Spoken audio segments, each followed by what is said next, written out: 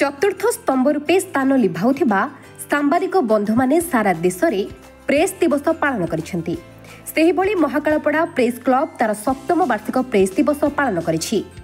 एही प्रेस दिवस अवसर में मुख्य अतिथि भाव जोग देइथिले उपजिलापाल लुलु महापात्र, मुख्य वक्ता भाव जोग देइथिले बीडीओ सागर कुमार नंद, वरिष्ठ सांबादिक बाबुली जेना, प्रेस क्लब्र संपादक बिरंची नारायण दास, सभापति प्रताप स्वाई, उपसभापति अरक्षित नाथ समेत कल्पतरु सामल, शशिभूषण राउत, हेमंत स्वाई, सुभाष स्वाई, लक्ष्मीधर स्वाई, श्रीमंत पहाड़ी, गुरुपड़ बेरा, समरेन्द्र महाली समेत बहु मान्यगण्य व्यक्ति माने जोगदेई समाज रे सांबादिक मानकर भूमिका कौन हेबा दरकार से विषय आलोकपात करथिले। आज जातीय प्रेस दिवस महाकालपड़ा प्रेस संघ तरफ जो आयोजन करा जायतिला मो आज तांकर मुख्य अतिथि भाव जाओ से माने निमंत्रण करथिले। जा बहुत सुंदर लागिला तांकर ए मीटिंग ऑर्गेनाइजेशन एवं participant all the members present थिले एवं पार्टिसिपेंट बहुत डिफरेंट कैटेगरी आस्थिले। तो बहुत भल भल मतामत उपर दिया देले आलोचना पर्यालोचना है प्रकृत में चतुर्थ स्तंभर मुख्य उद्देश्य कौन और दायित्व कौन तार से विषय आलोचना कले।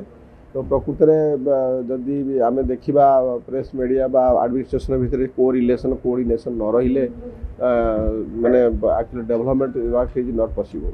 तो सबू जिनिस को आम जदि ये भितर को नबा विचार भितर को नबा निश्चित भाव मुझे कहि मुद्रार दुईटी पार्श्व भाया ए समस्त भितर से भाया संपर्क रहा दरकार।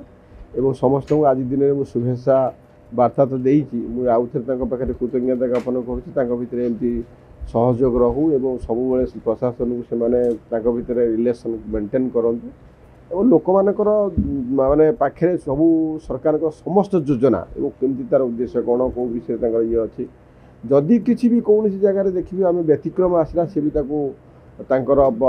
कलम मूल से जिन पावर अच्छी पेन इज माइटर देन सोड जो आम जानूचे प्रकृत में एक्चुअली प्रकृत जिनिस को उपलब्ध कर उपस्थापना करते निश्चित भाव प्रशासन से सजग एवं निश्चित भाव से मतामत को निश्चित भाव ये करेंगे। निश्चित भाव मुझे समस्त आउ थे धन्यवाद और कृतज्ञता। महाकालपड़ारू शशिभूषण राउतଙ୍କ रिपोर्ट ओडिशा हालचाल।